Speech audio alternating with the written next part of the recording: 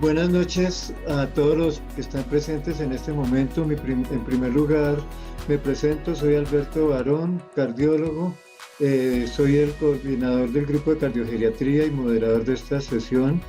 Antes de empezar, quiero darle el agradecimiento a mis compañeros de mesa, el doctor Domingo Caraballo, Alex Rivera y Carlos Alberto Cano, quienes van a hacer unas presentaciones muy interesantes. Una palabra de historia del grupo de trabajo de cardiogeriatría. Esto nació durante el Congreso de Cardiología en España, en Barcelona, hace 3 años, el europeo. Sentados con Enrique Melgarejo, quien era el presidente de la sociedad, le comenté que yo quería hacer un curso de cardiogeriatría y él me dijo: oiga, Alberto, ¿por qué en lugar de curso, por qué no organiza un grupo de trabajo? Y ese fue el origen a lo que tenemos en este momento. El grupo de trabajo empezó entonces, hicimos un primer curso. Cuando iba a hacer el primer curso, le pedí el favor al doctor Cano que me ayudara con una conferencia.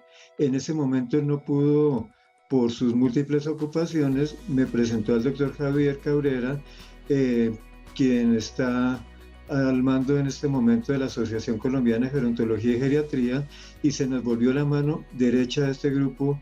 Hemos trabajado en una simbiosis muy buena, ayudándonos mutuamente, y creo que esto que hacemos hoy es parte de los logros que hemos logrado, que hemos tenido gracias a esa simbiosis, que debemos seguir trabajando juntos, cardiólogos y geriatras. Voy a tratar, no, porque no quedó en la primera diapositiva. Quiero compartir con ustedes una pequeñísima presentación muy breve de la cardiogeriatría, y bueno, ahí quería simplemente recordar un poquito que el envejecimiento es una preocupación general. Tomé esta fotografía de una revista de la Universidad del Rosario, me pareció una foto bellísima. Con ese tema: nos vamos volviendo viejos. La única solución para no envejecer es morirse joven, pero no vale la pena. Yo creo que debemos aceptar los cambios fisiológicos y patológicos y buscar una mejor calidad de vida en lo posible. No voy a traer estadísticas del cambio de la pirámide poblacional, porque creo que estamos muy familiarizados viendo cómo va cambiando en Colombia y en el resto del mundo. Pero sí quiero recordar una cosa: cuando nos hablan 70, 80, 90 años, lo que sea, de la expectativa de vida al nacer, es el promedio de la población que se muere en esa edad, lo que alcanzan a llegar hasta esa edad. No quiere decir que si yo llego a los 80, me esté esperando 1 o 2 años más de expectativas de vida. Tomé esta diapositiva de las expectativas de vida del adulto mayor en Estados Unidos, estadísticas del año pasado, recordando que en ese país al nacer tenían para los hombres 76 años de expectativa, las mujeres 81. Y lo más bonito de esto es que si miramos las partes de abajo, aún las personas de 100 años todavía tienen posibilidad de vivir 2 años más. Y el que llegó a 105 puede vivir por lo menos año y medio más. ¿A qué se debe esto? Que generalmente el que logra esas edades ha tenido una vida quizá un poco más saludable que otras personas. Entonces, por eso no debemos abandonar a las personas mayores, que muchas veces dejamos de tratarlos simplemente porque ya está sobre las expectativas de sobrevida. Y yo recuerdo con mucho dolor cuando era joven residente que íbamos a comentar un paciente anciano y el profesor decía: no, él ya sáquelo de cuidado intensivo, ¿para qué lo tiene acá? Eso no puede ser. El que necesita, démosle tratamiento independiente de la edad. Recordar cambios fisiológicos. No puedo extenderme en la fisiopatología porque eso es tema largo, casi que una charla completa de los cambios fisiológicos, pero recordemos que hay cambios fisiológicos en los vasos sanguíneos que van endureciendo, en la masa ventricular izquierda, que va volviéndose más gruesa, más cantidad de tejido fibroso, se vuelve rígido, disfunción diastólica y tardíamente disfunción sistólica.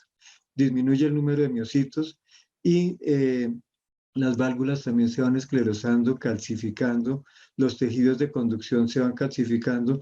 Todos esos son los cambios que debemos tener en cuenta asociados con cambios que puede haber en otros órganos de la economía muy importantes para el sistema cardiovascular, como son la alteración de las funciones renal o hepática, en la parte neurológica la disminución de capacidad de respuesta a varios receptores, o lo que nos complica muchas veces los tratamientos, el deterioro cognitivo, los riesgos de caída, los riesgos de inmovilidad. Todo eso es lo que nosotros estamos viendo, y ese es nuestro paciente anciano, que además de ser anciano seguramente va a tener alguna enfermedad cardiovascular.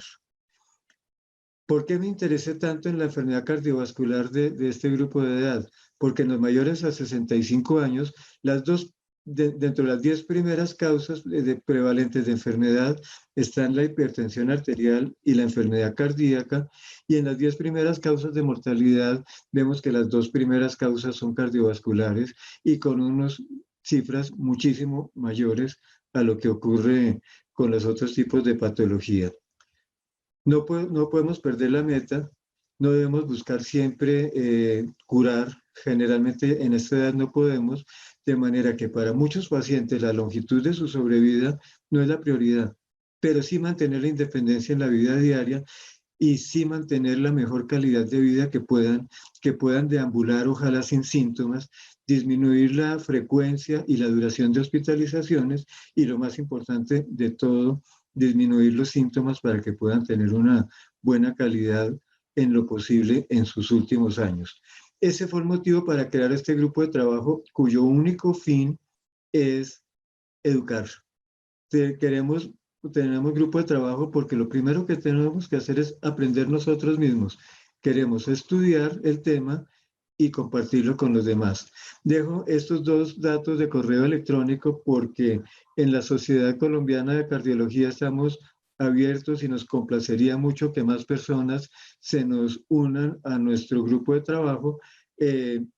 Vamos a tener entonces, pueden escribirme los interesados directamente a mi correo electrónico, o al asistente de la presidencia de nuestra Sociedad Colombiana de Cardiología, a quien de paso anticipadamente doy mi agradecimiento muy importante, porque en esta organización lo que es la ayuda logística de Diana Vaquero, como nuestra asistente de presidencia en la sociedad, y en la parte de computador y esto para poder tener esta plataforma, a Jorge Sánchez, mis agradecimientos muy sinceros. Y sin más preámbulos, quiero pasarle la palabra a, a nuestro siguiente conferencista, el doctor Domingo Caraballo. A ver si logro apagar esta...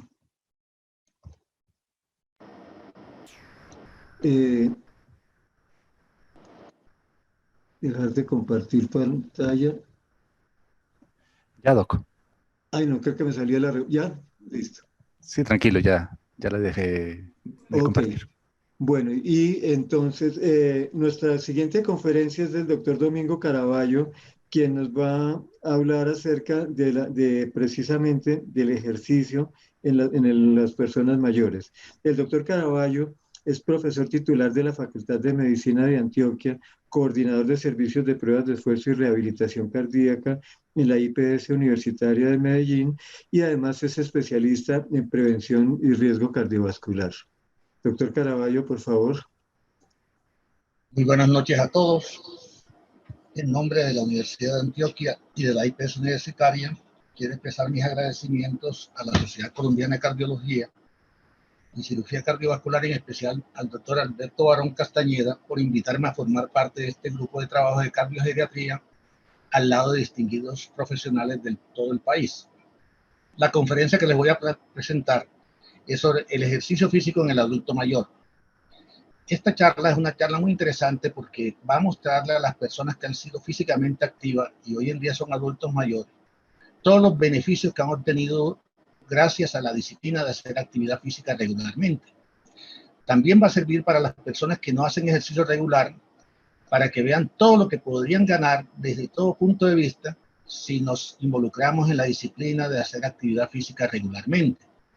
A pesar de todo lo que nosotros estamos tratando de plantear sobre la parte de la actividad física, sobre el ejercicio, la Organización Mundial de la Salud reporta que aproximadamente 60% de la población no realiza actividad física necesaria para obtener beneficios para la salud, es decir, mantienen un estilo de vida sedentario.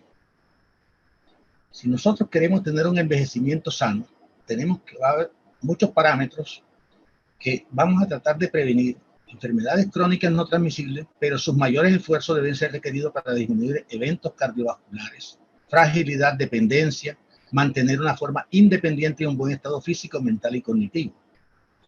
Se sabe también que la actividad física es el determinante más importante de un envejecimiento activo y juega un papel muy importante en mejorar la calidad de vida, disminuir incapacidades, morbilidad y mortalidad. Aquí vemos inicialmente en la parte izquierda cuáles son las consecuencias de una inactividad física. Las personas que no hacen ejercicio regularmente tienen un desbalance energético, aumentan el estrés oxidativo, una disfunción de la función cardíaca, alteraciones de la glicemia, lípidos, la parte vascular, cambios inflamatorios en todo el cuerpo. Y eso va a llevar a una serie de patologías como es la obesidad, el accidente cerebrovascular, enfermedad coronaria como el infarto, hipertensión, cáncer, osteoporosis, diabetes y deterioro cognitivo. En la parte inferior izquierda podemos ver que una persona que es físicamente activa, el riesgo de eventos, el riesgo de mortalidad es muy bajo al lado de la persona que va, a medida que van pasando los años y deja de hacer actividad física y se vuelve una persona completamente sedentaria, el riesgo de mortalidad es mayor. A nosotros nos interesa hacer una buena promoción de la salud y en esa promoción de la salud tenemos que saber que las personas que son adultos mayores que quieren mantener un buen estado de salud deberían tener una buena revisión médica. Puede ser por un médico general, puede ser por un médico especialista en cualquiera de la disciplina, medicina interna, cardiología, fisiatría. Estos médicos elaboran una buena historia clínica y con base en los factores de riesgo y cuál es el motivo para involucrarlo en un programa de ejercicio, y a veces tiene que asesorarse de personas como fisioterapeuta, terapeuta ocupacional, educador en diabetes, nutricionista y psicólogo, como parte de un equipo. Entonces con base en eso se puede establecer cuál es el plan de actividad que vamos a hacer con el paciente. Si el médico que evalúa al paciente desde el inicio detecta que el paciente tiene signos o síntomas de enfermedad coronaria, por ejemplo, o ha tenido eventos coronarios, ese paciente debe ser remitido a un centro donde se le haga una evaluación médica, por ejemplo, electrocardiograma, prueba de esfuerzo, ecocardiografía, Holter y otra serie de exámenes que ameriten, con el ánimo de detectar que la persona puede hacer actividad física o si tiene algún tipo de restricción, si se detecta algún problema cardiovascular durante esta actividad. Las personas muchas veces tienen algunas limitaciones para hacer la actividad física y uno tiene que identificar cuáles son las barreras personales. Si es asunto que no tenemos un buen espacio, no hay parques, no hay lugares para hacer actividad física, tenemos que también identificar cuáles son las metas que vamos a hacer con el paciente, enseñarle a la persona que se haga un automonitoreo, una retroalimentación, evaluar el proceso y resaltar la parte educativa para tanto el paciente como su familiar a nivel de la comunidad, crear programas que faciliten cambio social, utilizar más la parte directamente hoy en día del internet, utilizar las teleconferencias como las que estamos haciendo hoy en día, y eso ayuda a educar al paciente, ayuda a educar a todos los profesionales para que estemos haciendo una buena promoción de la salud. Si nosotros comparamos la parte de las personas que van a ingresar a un plan de actividad física, los adultos mayores, parece que la capacidad física de unos adultos mayores son muy parecidos a las personas que no hacen actividad física regularmente, son las personas que tienen un desacondicionamiento físico. A pesar de todos los cambios que van ocurriendo en ese desacondicionamiento físico, en esta charla me voy a referir a los cambios que ocurren a nivel del sistema cardiopulmonar y muscular, también a la parte ósea y también a las partes cognitivas. Habrán otros temas que también repercuten en la parte del envejecimiento, porque el envejecimiento es un proceso activo, pero no nos vamos a referir al momento.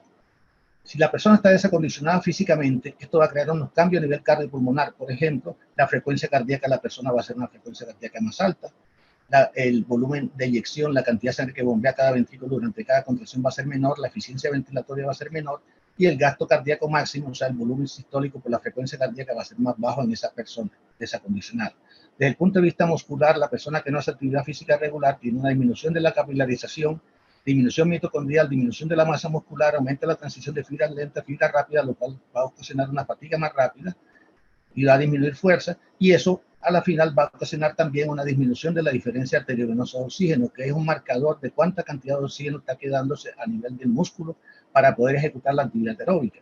Entonces, si nosotros tenemos un bajo gasto cardíaco y tenemos una baja diferencia arteriovenosa, si recordamos la parte de la fisiología, esto tiene que ver con la parte del consumo de oxígeno, recordando el método de Fick que estudiamos en fisiología, y a través de eso vemos que el consumo de oxígeno va a disminuir en la persona, el consumo máximo de oxígeno disminuye y la tolerancia al ejercicio va a disminuir y por ende puede aumentar el riesgo de eventos cardiovasculares.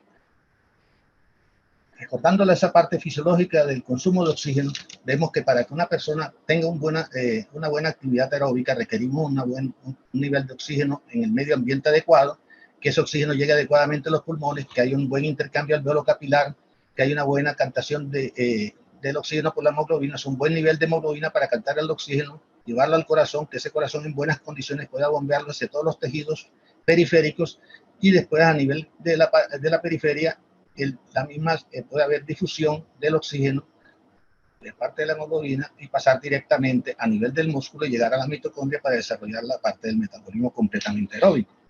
Entonces, esto es un proceso que se podría modificar en cualquier momento. O sea, si nosotros modificamos cualquiera de estos, cuando viajamos a grandes alturas, tenemos problemas respiratorios, problemas alveolos capilares, problemas con la hemoglobina, el corazón, a nivel muscular o a nivel mitocondrial, podríamos tener una alteración del consumo de oxígeno y eso va a traer como consecuencia una alteración en el rendimiento físico, la capacidad aeróbica de la persona. Y esa capacidad aeróbica, capacidad funcional, puede ser entendida como la actitud que tiene una persona para ejecutar eficientemente las actividades básicas e instrumentales de la vida diaria. Esto también es conocido como el fitness cardiorrespiratorio, y el cual es un excelente indicativo de la salud metabólica y también tiene que ver con la parte de la morbilidad y la mortalidad. Aquí vemos, con base en lo anterior, vemos que el consumo de oxígeno de una persona va a depender directamente del gasto cardíaco y la diferencia arteriovenosa. Entonces, el máximo consumo de oxígeno va a depender del máximo gasto cardíaco por la máxima diferencia arteriovenosa, o sea, la máxima extracción de oxígeno.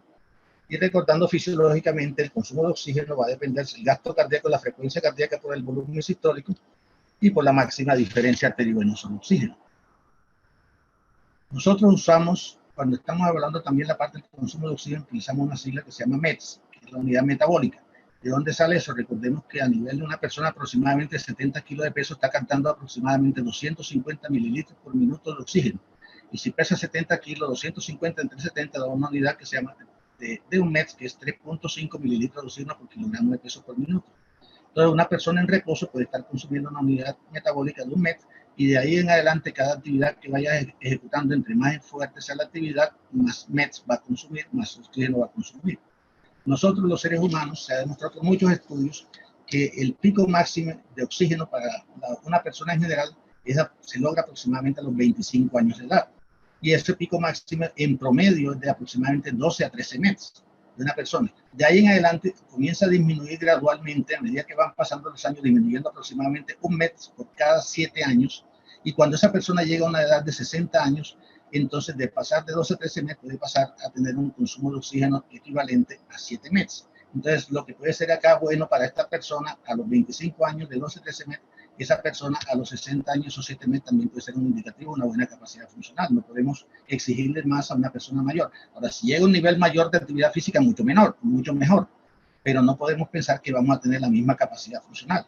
Y vemos también cómo el consumo de oxígeno en los hombres es mucho mayor que en las mujeres por la mayor masa muscular. También vamos a ver directamente algo que repercute sobre el ejercicio, la parte que tiene que ver con la sarcopenia. La sarcopenia, esa disminución de la masa muscular, esa disminución del rendimiento físico y la fuerza, tiene que ver con un menor estímulo del sistema nervioso a través de la motoneurona, con un mayor proceso inflamatorio que tiende a ocurrir a nivel que vamos avanzando en edad, factores físicos como la propia inactividad, disminución de la ingesta proteica, algunos cambios hormonales como testosterona, etc. Pero esa misma sarcopenia tiene que ver con algunos cambios que se han descrito que están ocurriendo directamente a nivel mitocondrial, lo cual va a disminuir la capacidad oxidativa, el estrés oxidativo lo va a aumentar, y eso tiende a disminuir la movilidad, aumenta la mortalidad y aumenta el riesgo de hospitalizaciones y la discapacidad. Entonces, estamos viendo también que esa sarcopenia está trayendo problemas directamente a nivel de las mitocondrias. ¿Qué está pasando a nivel mitocondrial? Una persona que no esté haciendo uso de su cuerpo, que esté completamente inmovilizada, o que haya tenido una denervación o a mayor edad, se sabe hoy en día que hay una serie de sustancias que se llaman las cestrinas, y las cestrinas son unos reguladores metabólicos inducidos por el estrés con unas funciones antioxidantes. Entonces, si la persona tiene mayor edad, estas cestrinas, el efecto de ella va a estar disminuido directamente, la actividad de ella sobre otros elementos que se llaman la MPK, el mTOR-C1, etcétera, va a estar disminuido, y esto va a traer como consecuencia una alteración de la función mitocondrial, una disfunción de la mitocondria, aumento directamente del estrés oxidativo, y eso va a llevar directamente a una atrofia muscular. También va a traer como consecuencia, por otra razón, la S6K1, una inadecuada síntesis proteica, que conlleva la misma atrofia, y también va a haber un aumento directamente en la proteólisis, directamente de mayor degradación de fibras, y eso lleva a la atrofia. Cuando la persona hace actividad física regularmente, comienza a estimular las cestrinas, y estas cestrinas, a su vez, comienzan a estimular una serie de factores a la MPK, a la PGS1 alfa, y esto trae como consecuencia una mayor biogénesis mitocondrial, un mayor beneficios metabólicos, y a su vez va a tratar de hacer un mejor mantenimiento, una mejor masa muscular en la persona, y la persona va a mejorar en general. Desde el punto de vista cardiovascular, vamos a ver algunos cambios. A nivel vascular, el ejercicio físico tiende a aumentar esa fuerza de cizallamiento que estamos haciendo cuando hacemos ejercicio, la sangre pasa a mayor velocidad, ese roce directamente, esa fricción, estimula una enzima, por ejemplo, la óxido nítrico sintasa, que aumenta la formación de óxido nítrico, el cual es un potente vasodilatador, entonces los vasos van a estar más relajados, y también se ha demostrado que ese músculo, a medida que nosotros lo estamos estimulando con la contracción y relajación, comienza a liberar una serie de hormonas, porque el músculo es hoy en día considerado un órgano endocrino, produce sustancias que pueden actuar localmente a nivel del propio músculo, pero también a nivel sistémico, y eso va a traer como consecuencia una serie de cambios favorables, como puede ser un efecto antiinflamatorio de esas sustancias llamadas las mioquinas. Acá a nivel del vascular, directamente, por ejemplo, a nivel cardíaco, vamos a ver que puede eso traer como consecuencia un alargamiento, una mayor colateralización de vasos coronarios, una estabilización de la placa directamente, y eso puede traer como consecuencia a su vez disminuir el umbral de isquemia de angina que puede tener un paciente que estemos viendo inicialmente hacia un umbral de angina en determinado nivel de ejercicio, por ejemplo, en un programa de rehabilitación cardíaca, una prueba de esfuerzo, y después de un ejercicio de entrenamiento puede hacerlo a un nivel mayor, los cambios ya sea de signos o síntomas inducidos por isquemia. También con la parte del precondicionamiento de isquemia reperfusión, mejora la parte esa de isquemia reperfusión a través de unas quinasas, de esta quinasa de isquemia reperfusión, también de la parte del óxido nítrico, y modificando los niveles de calcio mitocondrial. Y hay otros cambios muy interesantes, que es cambios a nivel autonómico del balance autonómico. Se sabe directamente que el ejercicio físico aumenta la variabilidad de la frecuencia cardíaca, aumentando el tono vagal, y también trayendo como consecuencia una disminución de los receptores beta-adrenérgicos, y ese aumento del tono vagal va a traer como consecuencia una mayor estabilización y un menor riesgo de fibrilación ventricular. Y eso también fisiológicamente en un paciente que haga actividad física lo vamos a ver también representado como una disminución de la frecuencia cardíaca en reposo, un enlentecimiento de la respuesta de la frecuencia cardíaca al ejercicio y una mayor recuperación, lo cual es indicativo de un buen estado funcional del paciente. Vemos que la persona que tiene actividad física, también el ejercicio físico es dosis dependiente. Entre mayor tiempo se haga actividad física, eso va a traer beneficios gradualmente. Miren el riesgo relativo de mortalidad, pero a medida que la persona va haciendo, aquí tenemos 1 hora, 2 horas, 3 horas por semana, etcétera. Miren que a medida que se va aumentando el tiempo de ejercicio que uno va invirtiendo, mejora la diabetes, disminuye el riesgo de fracturas, disminuye el riesgo de eventos cardiovasculares, enfermedad coronaria, enfermedad, la parte aprotegida, problemas de depresión, de demencia e incluso de cáncer. Hoy en día la actividad física forma parte fundamental del equipo de cardio-oncología, porque se sabe exactamente que las personas que son sometidas a radioterapia, quimioterapia, con el tiempo, aparte de estar con sus limitaciones, con el tiempo pueden desarrollar enfermedades cardiovasculares, y una de las formas que nosotros queremos hacer es evitar ese riesgo directamente con esa persona. Entonces, si nosotros vamos a hacer una prescripción del ejercicio, lo tenemos que hacer como si fuera una fórmula. Primero, la historia clínica, qué es lo que nosotros queremos llevar en ese paciente. ¿Para qué vamos a meter actividad física al paciente? ¿Qué tipo de ejercicio puede hacer? ¿Con qué duración? ¿Con qué frecuencia? ¿Cantidad? ¿De intensidad? Teniendo bien claro esto, ¿cuál es el objetivo del paciente? Entonces nosotros podemos decir que el ejercicio que debe hacer una persona en general tiene que tener un componente aeróbico, un componente de fortalecimiento, flexibilidad y de equilibrio como mínimo. También otros meten la parte de coordinación de acuerdo a cada persona. La parte aeróbica, estamos diciendo que el ejercicio físico cuyo el metabolismo es completamente aeróbico, un ejercicio que la persona puede hacer por largo rato, nosotros también consideramos que el ejercicio físico debería hacerse, siquiera para la persona que está sedentaria, empezar con un tiempo muy disminuido. Todo el mundo habla de literatura de 30 minutos, pero yo le digo a las personas, si no está haciendo ejercicio regularmente, empieza siquiera haciendo actividad física 10, 15 minutos en la mañana, si puede hacer mañana y tarde, hágalo, empezando un día sí y un día no, y poco a poco va aumentando la parte del tiempo y el número de sesiones de actividad física.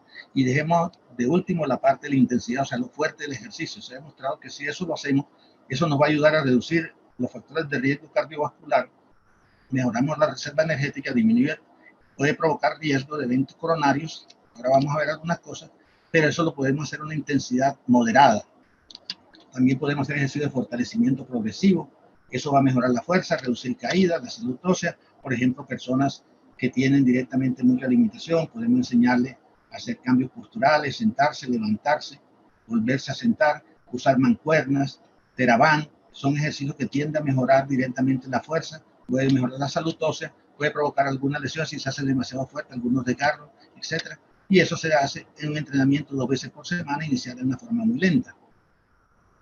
También se incluye en la parte de la precisión del ejercicio, la persona puede hacer un ejercicio muy bueno, por ejemplo, que se están promoviendo hoy en día para las personas prevenir problemas cerebrovasculares, el tai chi, el yoga, pero un ejercicio que yo le recomiendo a todo el mundo, y uno tiene que empezar con lo más sencillo, si la persona puede hacerlo, sería lo mejor, es empezar con la caminata. La caminata es un ejercicio bueno, bonito y barato, no cuesta, es excelente, es muy seguro. Hay raros eventos cardíacos cuando la persona está caminando, algunas veces se puede presentar hipoglicemia, y nosotros tenemos que recalcar que la persona, si está desentrenada, debe comenzar aumentando poco a poco el tiempo y dejar la intensidad casi que de último para evitar riesgo de complicaciones, y eso también nos puede permitir detectar si hay algún signo o síntoma que pueda poner en peligro la vida del paciente.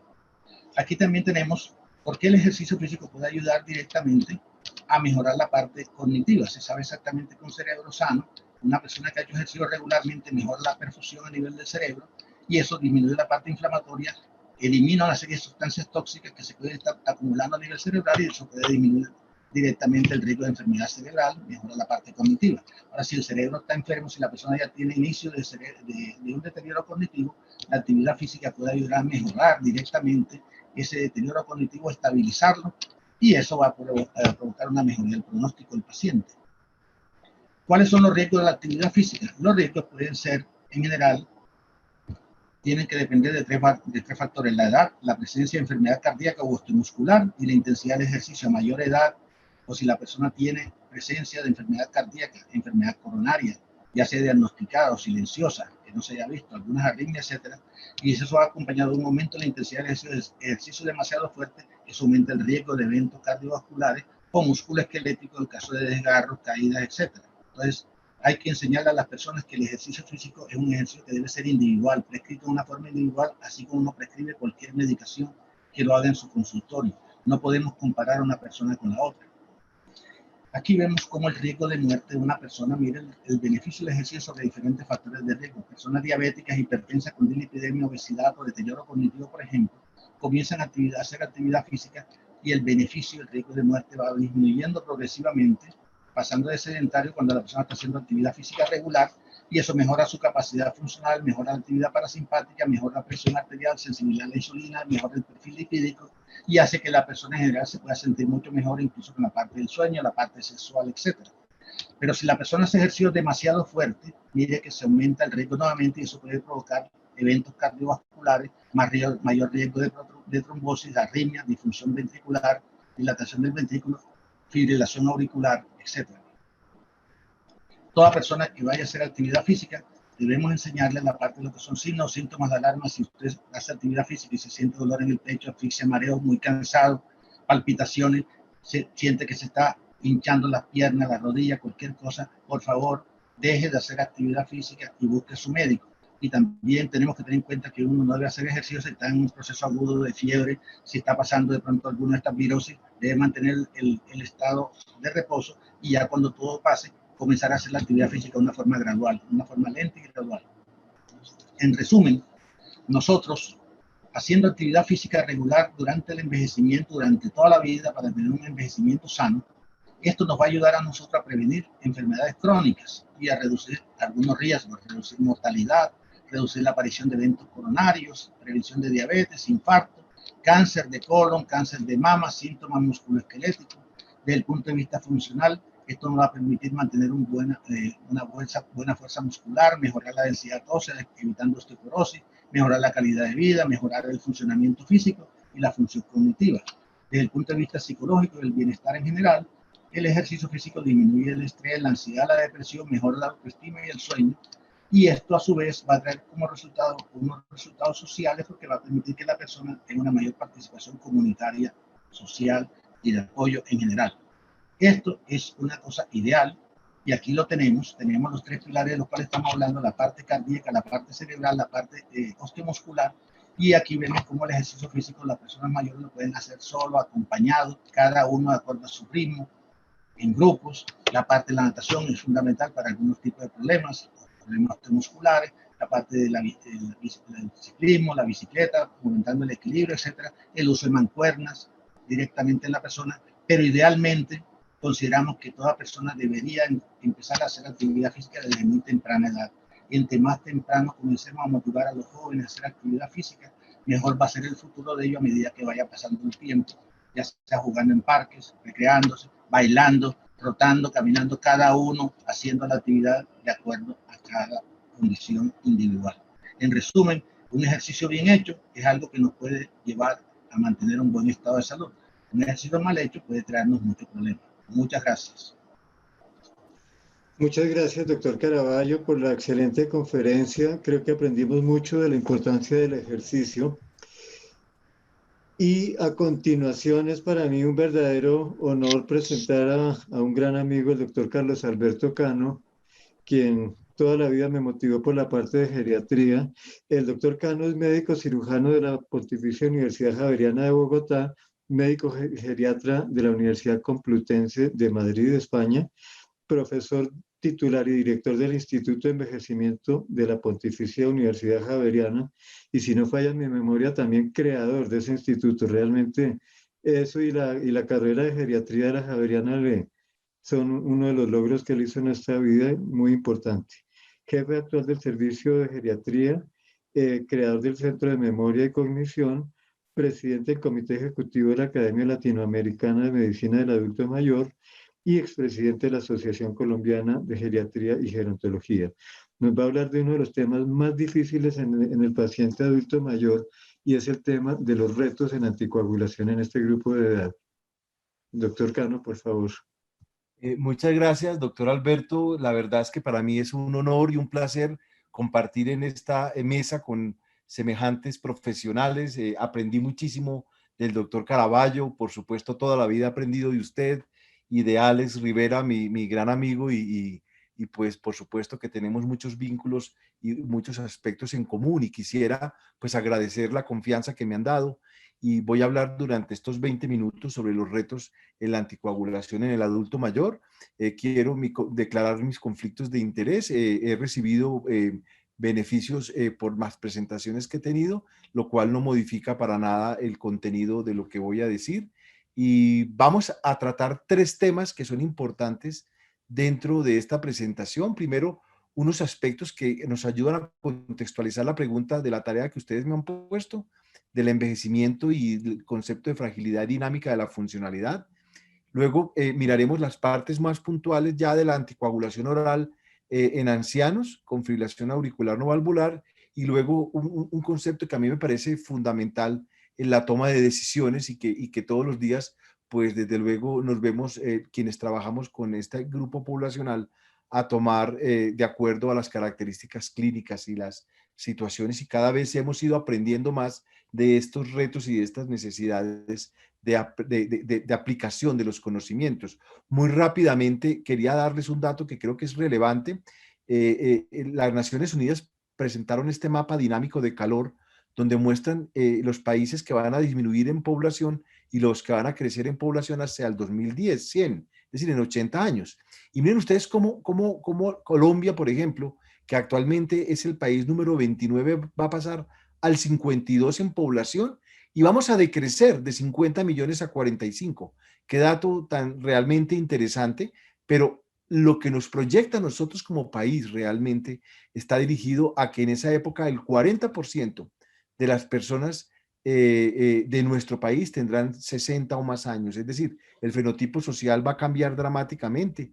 Y creo que es un llamado de atención porque en ese momento será así de dramático, pero hoy en día estamos viviendo ese proceso y yo creo que ustedes en la cardiología son pioneros y son quienes han dado los pasos para entender este capítulo tan importante de la cardiogeriatría que creo que es necesaria y lo vemos en nuestro servicio de geriatría donde hay 14 geriatras y muchos de ellos con esta formación de cardiogeriatría también que tienen gran relevancia en la práctica clínica.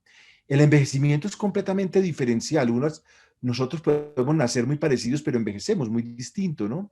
Y en ese envejecimiento diferencial, pues llegaremos a edades más avanzadas con características que nos difieren entre unos y otros. Y de hecho lo vemos. Nosotros cuando nos encontramos con compañeros y con otras personas de nuestra generación, vemos cómo unos han envejecido de una manera, otras de otra, incluso a veces se puede prestar para comparaciones innecesarias, pero reales, ¿no?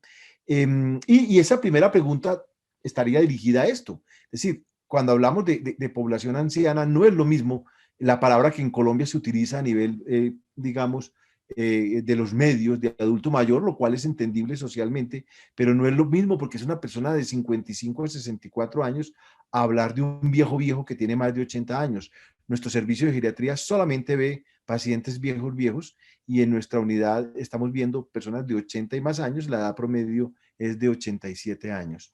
Hemos visto siempre que es fundamental, y lo saben todos ustedes, que para la toma de decisiones tenemos que tener en cuenta 4 aspectos. Los aspectos clínicos, y en este caso puede ser una fibrilación auricular, el mental, el social y el funcional, que cada vez toma más relevancia los aspectos funcionales en la geriatría.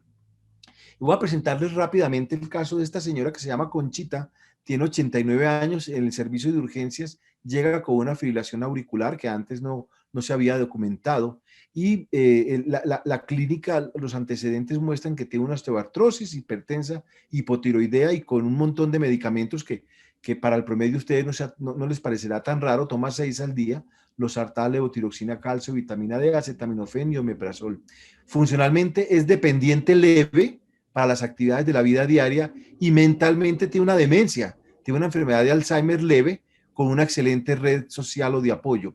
Bueno, todo este contexto, como he dicho, de doña Conchita, se basa en esta situación. Es decir, lo que hoy en día prima en población de 80 y más años, como es el caso de doña Conchita, pues es esa dinámica de la funcionalidad. Y realmente la dinámica de la funcionalidad nos rompe mitos, porque estábamos acostumbrados a pensar que las personas ancianas o las personas de 80 y más años eran personas dependientes. Y vemos en este estudio europeo, que además coincide igual que en Colombia y que en México y en países de la región, tan solo el 5% de la población de 80 y más años tiene dependencia. Realmente es dependiente del cuidado, pero el 55% son personas robustas y el 15% son frágiles, es decir, que entre estos sumarían un 70% de personas que estarían en muy buenas condiciones, y lo destaco porque la fragilidad, que es un estado nosológico independiente en geriatría, pues es un estado bien importante porque a diferencia de las enfermedades crónicas y la discapacidad, pues es una situación que es clínicamente reversible, es decir, hoy en día la fragilidad se puede intervenir y desde luego, pues eso es la gran noticia, que tenemos muchos elementos, entre otras cosas con la actividad física que ya lo vimos.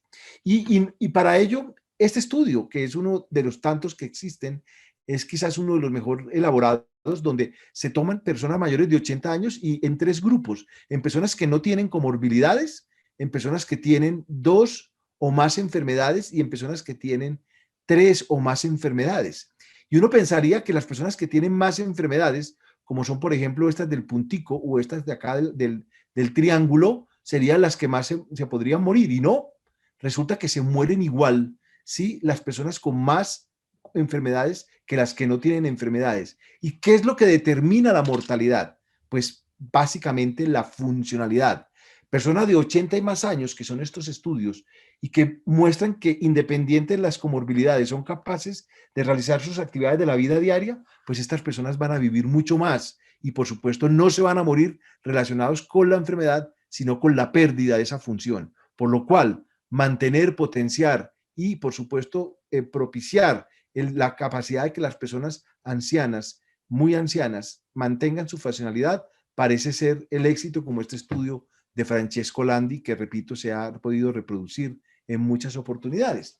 Y es por ello que dentro de esto nosotros hablamos de dos conceptos. Una situación es la capacidad funcional del ser humano, es decir, cómo nosotros mantenemos nuestra capacidad de ir al baño, de arreglarnos, de peinarnos, de comer, de vestirnos, etcétera, pero nuestra capacidad intrínseca va disminuyendo con la edad, la visión, la audición, y es por eso que esta capacidad intrínseca que está dada por todos estos elementos, la parte cognitiva, la parte de locomoción, la sensorial, la vitalidad y la psicológica, pues son situaciones que hoy en día se pueden intervenir. Y es así como nosotros podemos incidir sobre la capacidad intrínseca, aumentándolo como muestran las flechas para mantener la funcionalidad. Si alguien tiene deprivación neurosensorial, si alguien tiene depresión, si alguien está malnutrido, si alguien tiene una situación particular de intervención, podremos mantenerlo su funcionalidad a expensas de intervención en la capacidad intrínseca, y esos son los elementos novedosos que trae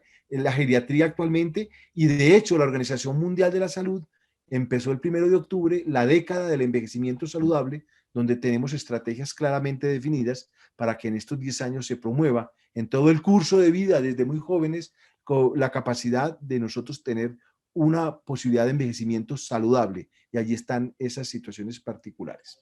Sigamos con el caso de nuestra paciente Conchita. Sí, realmente le piden a geriatría en nuestro hospital el concepto sobre riesgos de anticoagulación y la indicación de anticoagulación. Esto lo tenemos desde hace mucho tiempo y el doctor Rivera lo conoce porque lo trabajábamos cuando él era residente tanto en medicina interna como en cardiología. Y realmente nosotros, al evaluar a la paciente, para resumir la historia, encontramos 6 factores importantes en esta paciente del riesgo de anticoagulación. La edad, que es un factor de riesgo no modificable, por lo cual allí pues no podemos intervenir, pero sí en los otros factores: polifarmacia, riesgo de caídas, adherencia al tratamiento, sobre todo una paciente con una enfermedad de Alzheimer leve, barreras arquitectónicas y deprivación neurosensorial, especialmente en esta paciente que veíamos que tenía problemas de visión y audición. Por lo cual, pues dentro de esas recomendaciones estuvo la respuesta a la interconsulta que veremos al final. El anticoagulante seguro, cuando nosotros tenemos que escogerlo, es aquel que de alguna manera nos muestra si previene o no un ACV, especialmente pues en el contexto de lo que hemos planteado de una fibrilación auricular. Entonces, es capaz de prevenir el ACV y tiene un bajo riesgo de sangrado. Esos son como los dos aspectos que quisiéramos nosotros evaluar, aunque no siempre tenemos la respuesta. Es más, muchas veces encontramos que hay una situación particular en que pensamos que sí se puede presentar una ACV, pero también encontramos un riesgo de sangrado. Y por eso, digamos, en esa disyuntiva entre definir si damos una anticoagulación plena o no por el riesgo de sangrado versus la anticoagulación segura, pues a veces nos podemos entrar en confusiones, pues porque los cuadros también pueden llevarnos a situaciones que la evolución clínica nos llevarían a una situación de isquemia y, por supuesto, a unas dudas en la posibilidad de la adherencia de estos pacientes. Y en ese contexto lo vamos a desarrollar en los minutos que me quedan, ¿no?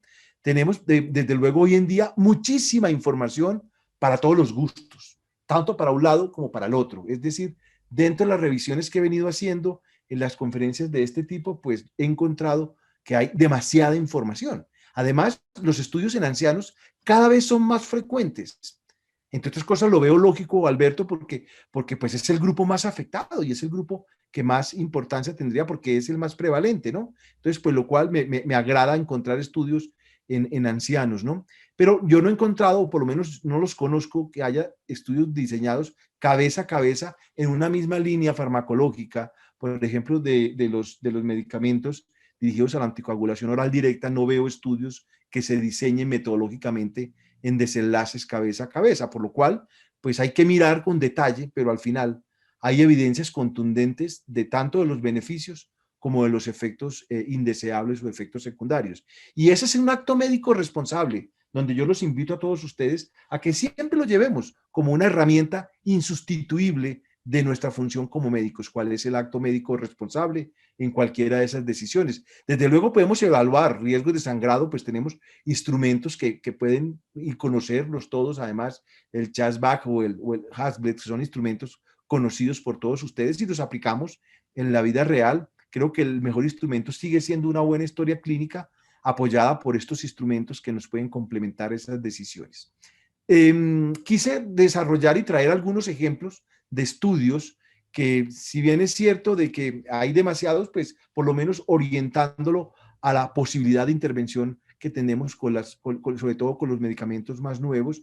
Y aquí pues encontramos un estudio bien interesante donde se comparan los desenlaces en los medicamentos, pues que por lo menos más evidencia se ha trabajado, que todos se han trabajado éticamente y bien diseñados con warfarina, pues como grupo control y pues como utilizando las posibilidades del apixaban o el dabigatran o el rivaroxaban, que son los que, digamos, más evidencias tienen. Y sin embargo, pues, digamos, en esta publicación vemos que sí, que en este metaanálisis, pues, la edad promedio de los pacientes no es despreciable, lo cual, pues, para un geriatra es ya alentador, que se empiezan a acercar a lo que vemos normalmente, 79 años de edad en promedio, y pues los efectos, como veíamos, de beneficio y de riesgos en cada uno de ellos están claramente establecidos. Por ejemplo, vemos en algunos beneficios que tienen un factor más benéfico para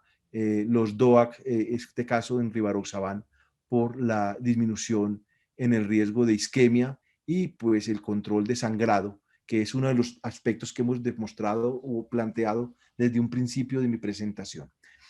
Esto es uno de los estudios más conocidos, y yo creo que todos ustedes lo han revisado, que es el estudio Rocket con rivaroxaban, donde de verdad pues empezaron a mirar población ya diferencial mayor de 75 años, ¿no? Donde no solamente uno busca, digamos, el beneficio que podría estar demostrado, y de hecho está demostrado en estos estudios, sí, comparados pues con los antagonistas de la vitamina K, sino que también hay que mirar otros desenlaces importantes, como es el riesgo de sangrado y el riesgo de sangrado fatal, que es afortunadamente menos prevalente, y por supuesto también la posibilidad de otras complicaciones como la hemorragia intracraneana. Es decir, que la invitación es a hacer el análisis un poco más, no solamente sobre la cifra del resultado, sino sobre la posibilidad de encontrar beneficios más amplios. Sí, me encontré este estudio que a mí me agrada porque se le miden a hacer evidencias en población de 90 y más años, que es quizás la población que ustedes también están viendo y que en algún momento dudábamos si estos pacientes tenían siquiera la posibilidad de entrar en una terapia que les favoreciera a estas edades. Y por ejemplo, en este estudio es muy alentador porque se demuestra la eficacia de intervención con los DOAC.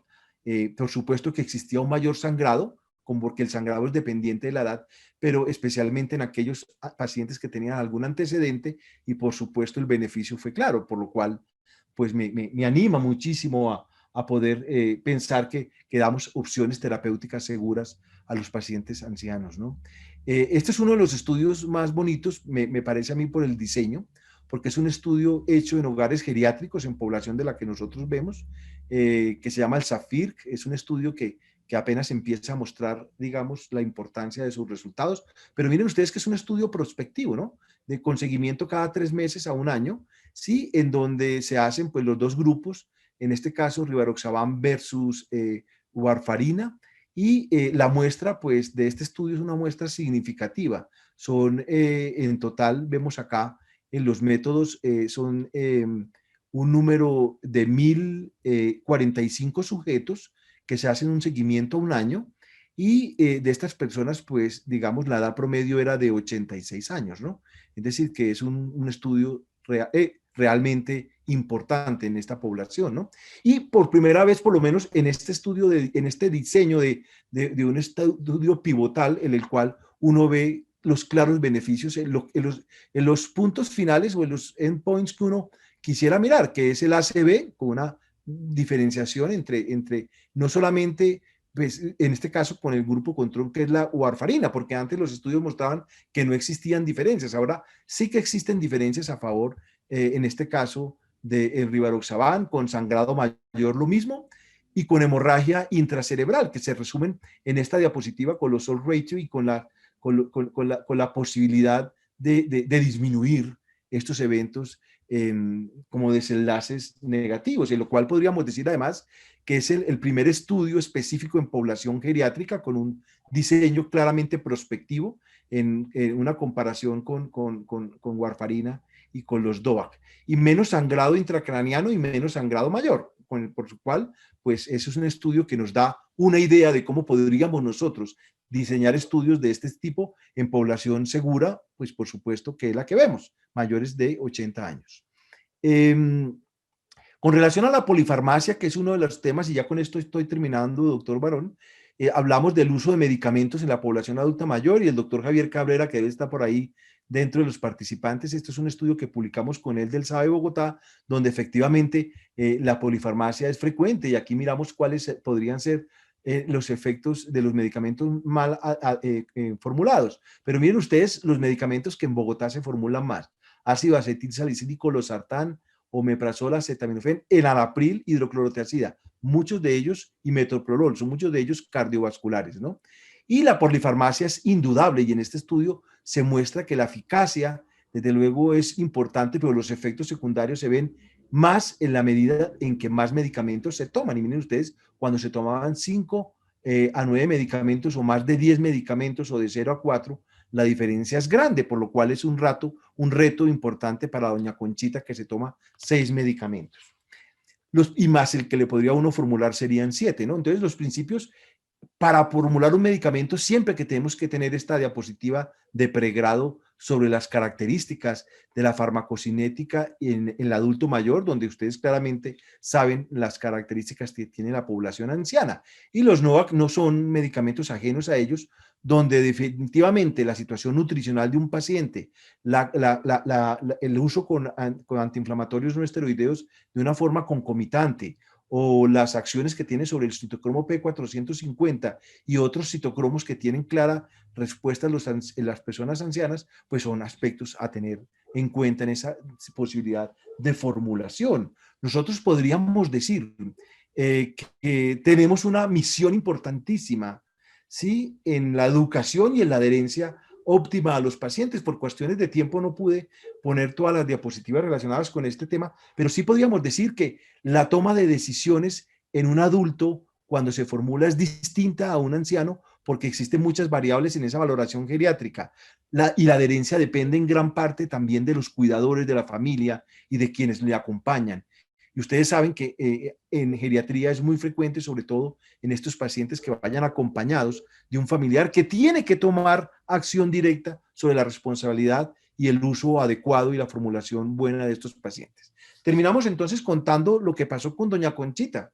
Se decide anticoagular, ¿sí? Para eso se hace una reunión con los familiares y con los cuidadores. En este caso era una paciente que tenía una red social muy buena, por lo cual se pudo hacer esa capacitación, comprometiéndolos y llevándolos a ellos a la decisión que se había tomado, porque las decisiones son médicas en estos casos, ¿no? Y se ajustan los medicamentos a 3 medicamentos al día, con una conciliación medicamentosa al alta de esta paciente, que fue el antihipertensivo, la levotiroxina y el rivaroxaban en una dosis al día. Se ajustan los audífonos, se le recomiendan, por supuesto, el uso constante de sus gafas, que con ellas ve muy bien. Se dan las instrucciones sobre las barreras arquitectónicas en la casa, sobre todo las características de su marcha que habíamos detectado en la interconsulta, que podrían ser un riesgo también de caídas, y se hace un control por consulta externa y contacto telefónico con los familiares. Podríamos entonces concluir que la fragilidad, dentro de lo que hemos explicado, es un estado dinámico que cada día tiene más peso en las conductas médicas. Los DOAC son una clara alternativa en el tratamiento de la fibrilación auricular en este tipo de pacientes, y el sangrado es un riesgo que se debe tener presente, y hay herramientas que nos pueden ayudar a detectar precozmente ese riesgo y a intervenir por supuesto, con situaciones de las que hemos intentado describir en esta presentación. Debemos evaluar siempre con claridad la polifarmacia y conocer el real beneficio de los medicamentos. Y ustedes se preguntarán, ¿por qué se retiró la vitamina D y por qué se retiró el calcio? Porque no hay evidencia de que a esta edad tenga un beneficio, sobre todo en desenlaces a mediano y a largo plazo. Y, por supuesto, buscar una buena adherencia a los fármacos es esencial. Muchas gracias por la invitación al doctor Barón, a todos mis compañeros de la mesa, y me quedaré pendiente para la sesión de preguntas al final. Muy amables.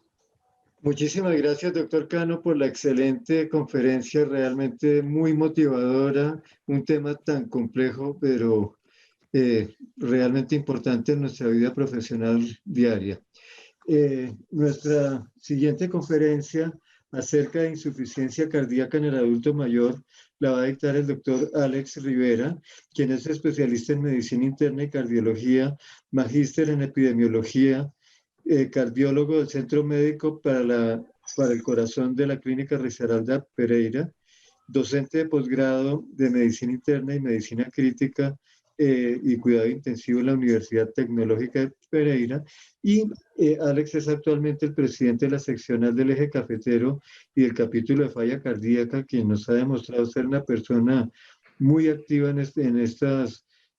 esta seccional, lo mismo que en la falla cardíaca y trasplante cardíaco e hipertensión pulmonar. Alex, por favor. Buenas noches. ¿Se observa la presentación? Sí, doc, perfectamente. Sí, se ve perfecto. Okay. Bueno, muy bien, pues muchas gracias a todos por acompañarnos esta noche. Muchas gracias al doctor Barón por su amable invitación y a todos los compañeros con los cuales estamos compartiendo hoy, al doctor Caraballo y a mi profesor, el doctor Cano. El siguiente tema es insuficiencia cardíaca en el adulto mayor.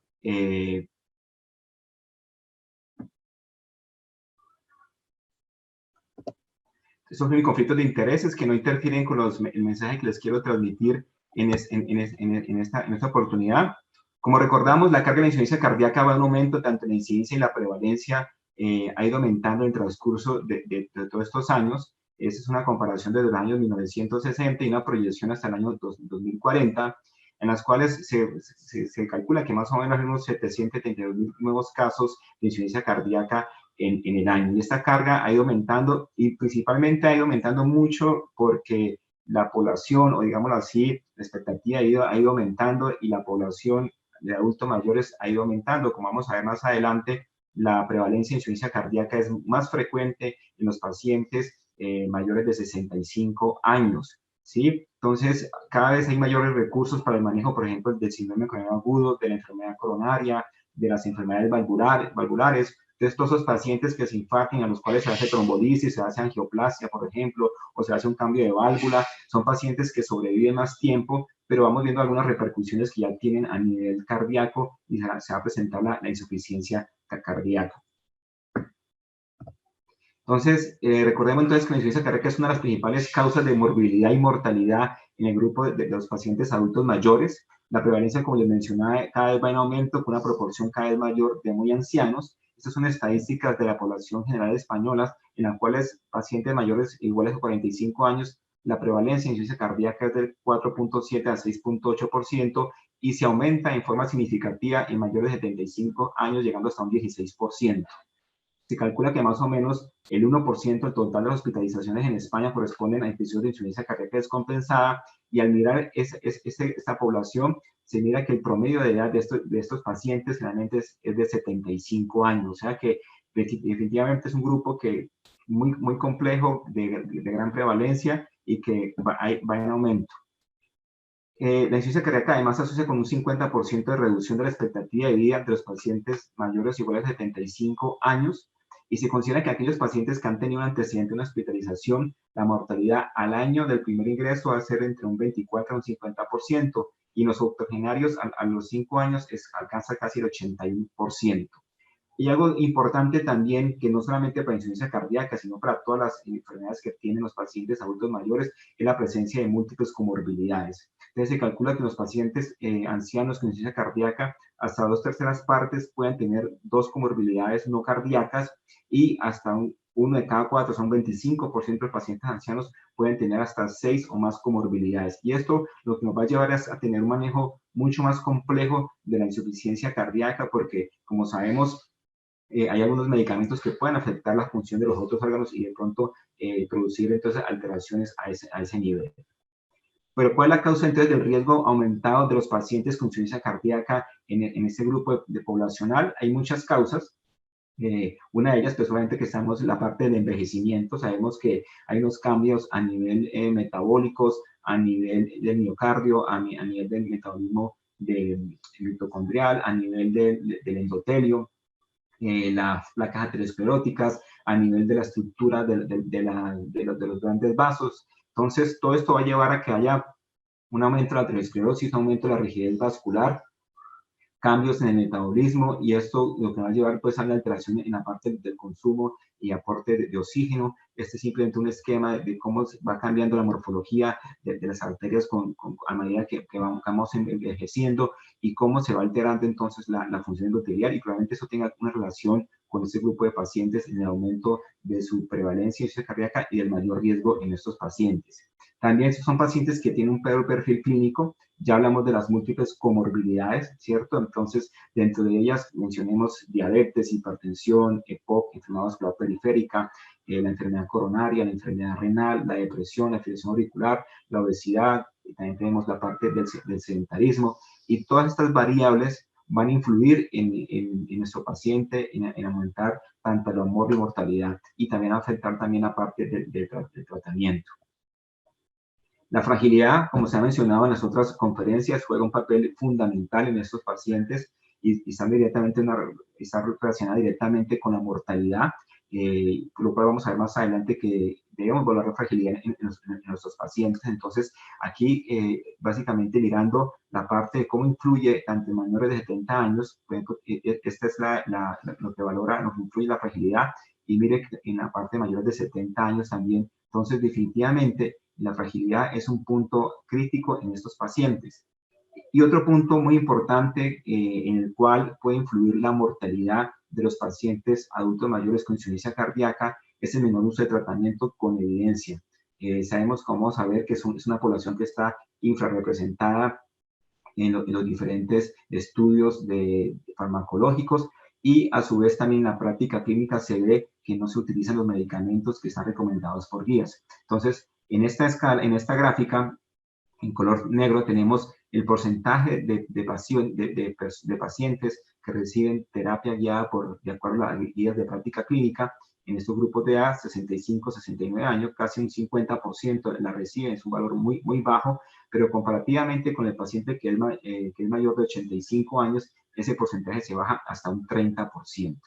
Si miramos entonces aquellos que reciben solamente inhibidores del sistema renal angiotensina aldosterona, entre 65 y 69 años, ese porcentaje es del 28%, y va aumentando progresivamente, o sea que básicamente no reciben un conjunto, a medida que en este grupo recibe más un tratamiento integral de todos los medicamentos que pueden tener algún tipo de evidencia, mientras aquí nos vamos quedando básicamente solamente con los inhibidores del sistema renal angiotensina aldosterona.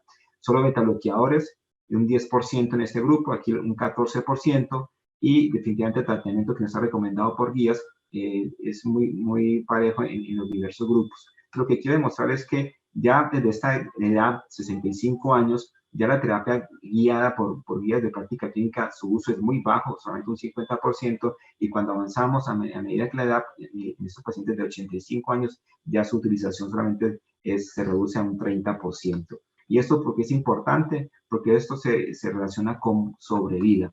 Entonces aquí podemos observar, entonces, en los pacientes de 65 y 79 años, los pacientes que se adhieren a las guías, que es la línea negra, tienen una mejor sobrevida que aquellos pacientes que reciben un tratamiento para insuficiencia cardíaca que no está adherido a las guías. Entonces, y en los pacientes mayores de 80 años tienen el mismo comportamiento. Entonces, mire que la sobrevida en los pacientes con terapia, que utilizan terapia guiada por guías de práctica clínica para insuficiencia cardíaca, tienen una sobrevida mayor que aquellos que efectivamente solamente utilizan un grupo farmacológico, ya sea inhibidor del sistema renal angiotensina aldosterona, beta bloqueadores o tratamiento que no están recomendados por las guías. Entonces, esa es la importancia y esa es la razón por la cual muchos de estos pacientes tienen una mortalidad más elevada. Entonces, estas son recomendaciones de la guía de la Sociedad Europea de Cardiología sobre el tratamiento del paciente anciano.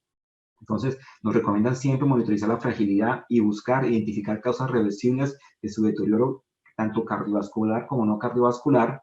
Hay que revisar la medicación, ya hablábamos, ya el doctor que la mencionaba, la parte de la polimedicación es algo fundamental. Se debe optimizar lentamente la dosis de los medicamentos para insuficiencia cardíaca y como intervención frecuente el estado clínico del paciente. ¿Esto qué quiere decir? Que probablemente el proceso de titulación de los medicamentos que han demostrado beneficio es un proceso de titulación un poco más lento que en otros grupos de edad, con el fin de disminuir el riesgo de hipotensión arterial, por ejemplo, o de efectos adversos como hipercalemia.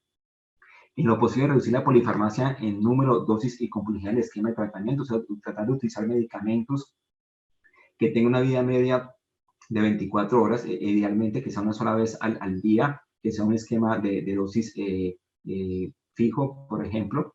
Considerar el cese de medicamentos que no consigan un efecto inmediato en la mejoría de los síntomas o la calidad de vida, por ejemplo, las estatinas, siempre y cuando pues, no tenga enfermedad coronaria. Hay pacientes que usualmente tienen insuficiencia cardíaca sin enfermedad coronaria, son pacientes que probablemente se podrían, en ese grupo de pacientes, considerar la parte de las estatinas, revisar siempre la dosis e intervalos de diuréticos para reducir el riesgo de incontinencia en este grupo de pacientes, también el riesgo de hipotensión arterial. Recordemos que los diuréticos son medicamentos que no han demostrado beneficio con respecto a la mortalidad en los pacientes con insuficiencia cardíaca con función reducida y también reservada. Entonces, básicamente es para manejo sintomático de la congestión. Si el paciente no tiene congestión, pues podríamos retirar esos diuréticos y podríamos quitar ese riesgo de incontinencia en el paciente adulto mayor.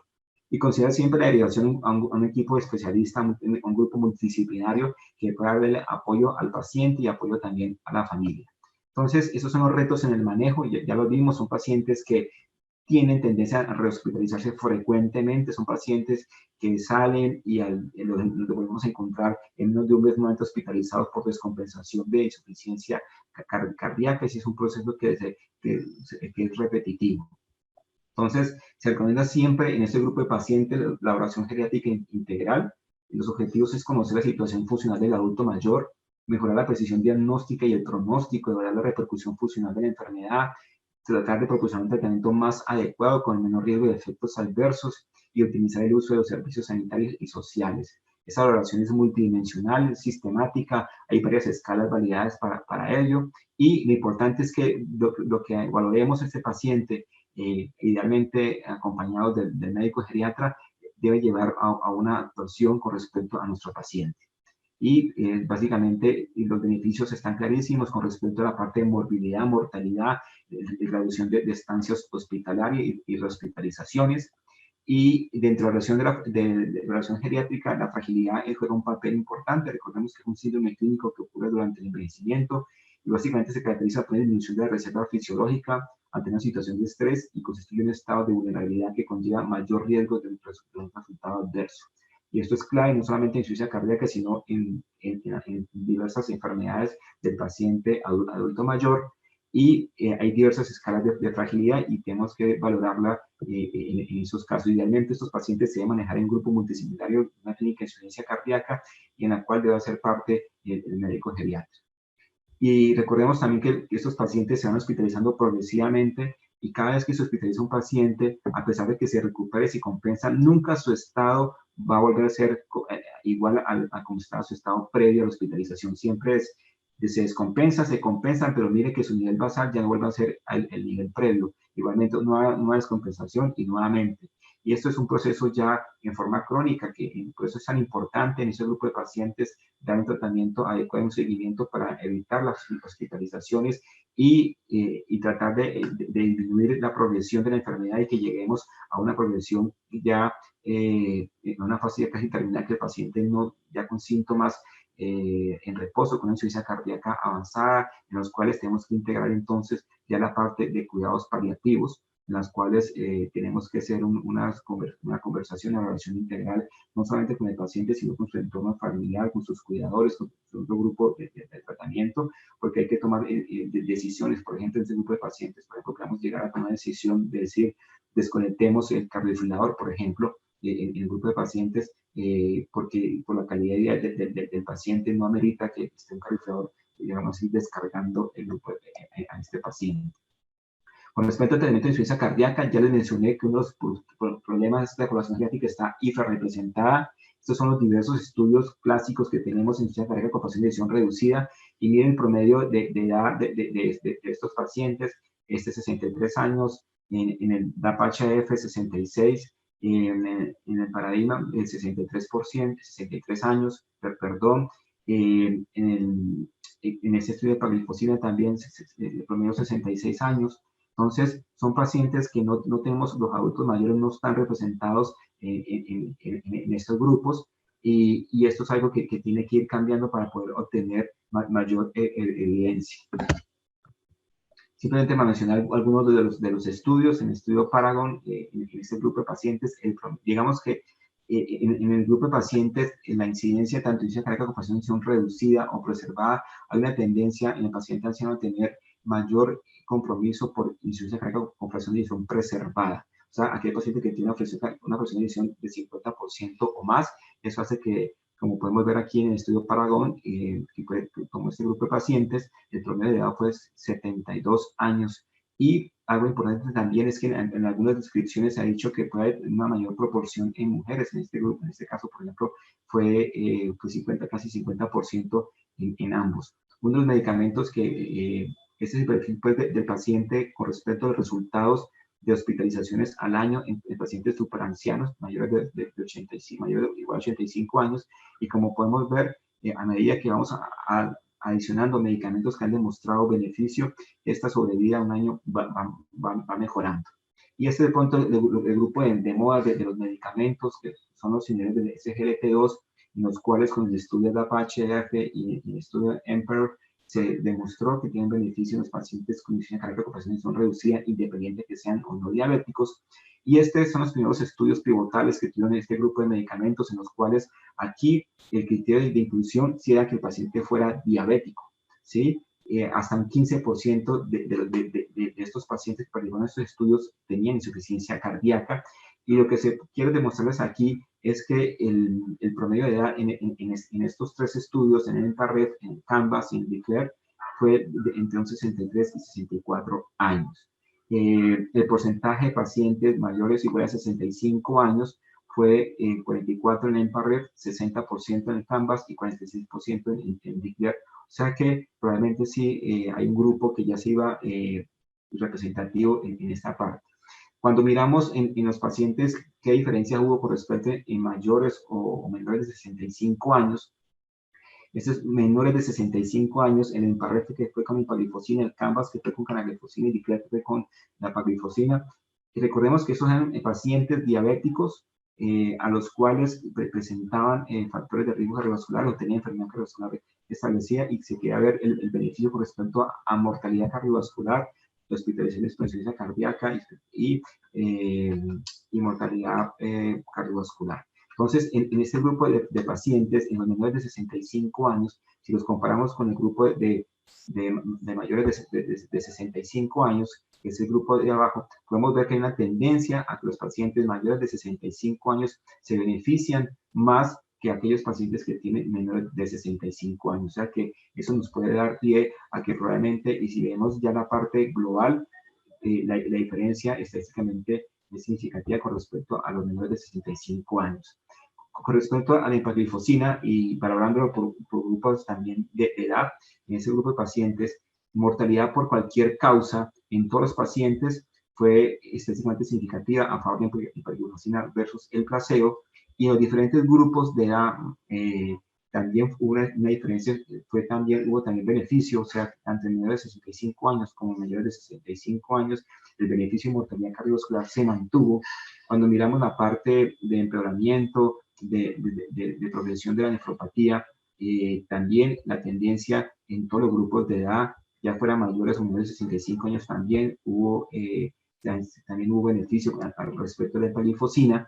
Cuando miramos entonces la parte de mortalidad cardiovascular, hospitalización por insuficiencia cardíaca, que es el MACE, tuvo en este grupo sí una mayor tendencia a tener mayor beneficio en los mayores de 75 años, inclusive también entre los 65 y 75 años, a diferencia de los que tenían 65 años, por ejemplo. Y la parte de muerte cardiovascular, sí un beneficio general, siendo más significativo en el paciente que tenía mayor de 75 años. Las hospitalizaciones con insuficiencia cardíaca, que fueron los resultados más sorprendentes en este grupo de medicamentos. Recordemos que estos medicamentos se dieron para pacientes diabéticos y sorprendentemente vimos que tiene una mejoría en la reducción de hospitalización de insuficiencia cardíaca. Este ítem principal, que es uno de los ítems de mayor costos en los pacientes con insuficiencia cardíaca, en todos los pacientes hubo un beneficio, y cuando se mira por separado, el grupo que más que tuvo beneficio fue de mayores iguales a 75 años. O sea que en este estudio de empaglifosina, los pacientes entre 65 y 75 años y principalmente mayores de 75 años tienen los beneficios más marcados, inclusive en algunos tópicos, en comparación con los menores de 65 años, lo cual nos debe dar luz a que debemos usar este tipo de medicamentos en este grupo de pacientes. Entonces, lo recomendable verdaderamente es un abordaje terapéutico integral y multidisciplinar, que siempre lo hemos recomendado en pacientes con insuficiencia cardíaca, pero sobre todo en este grupo de población es algo importante. Debemos evaluar el estado y, en primer lugar, el estado del paciente con insuficiencia cardíaca, si es un estado A, B, C y D, su clase funcional, la etiología, que es importante. De acuerdo a eso, tenemos que considerar cambios en el tratamiento farmacológico, utilizando los medicamentos que están recomendados en las guías. Ya vimos que es importante utilizar, y que eso está directamente relacionado con la mortalidad en el grupo de pacientes. Si utilizamos los medicamentos que están recomendados por las guías, tenemos un beneficio de este grupo de pacientes, y debemos desescalar, o sea, prescribir medicamentos que no estén cumpliendo una función adecuada, como los diuréticos, por ejemplo. Siempre hay que valorar el impacto de comorbilidades. Ya les demostré que son pacientes que tienen múltiples comorbilidades, hasta 6 o más comorbilidades no cardiovasculares. Entonces, sobre todo la anemia obstructiva del sueño, la enfermedad renal crónica y la diabetes. Valorar los estados de malnutrición. Recordemos que también la obesidad fue un papel importante. Siempre valorar la parte emocional, la parte mental, la parte cognitiva en ese grupo de pacientes, el autocuidado, las escalas de depresión, y si tiene un diagnóstico de depresión, considerar tratamiento. La parte de función física, ya el doctor Carvalho lo mencionaba al comienzo, esa parte, siempre valorar la parte de fragilidad, promover la actividad física. Ya vimos los beneficios que tienen, y siempre evaluar el riesgo de caída en ese grupo de pacientes. Y su parte social es fundamental, mirar cómo se logra ese paciente, cuál es su grupo familiar, cuáles son los cuidadores.